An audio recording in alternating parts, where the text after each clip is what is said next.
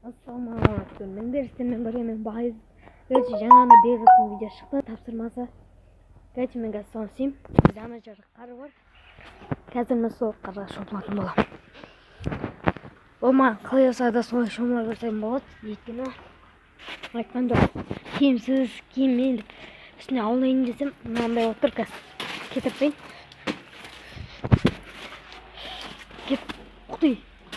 Кетіріп отырмын қазір. Аталы соғық. Бізде бүгін жаңбыр жауып тұр. Қарға ойнаймыз.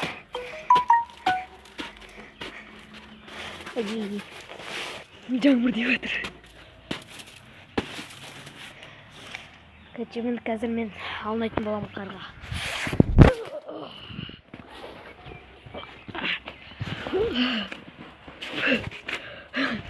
Я бардыққа қалдым.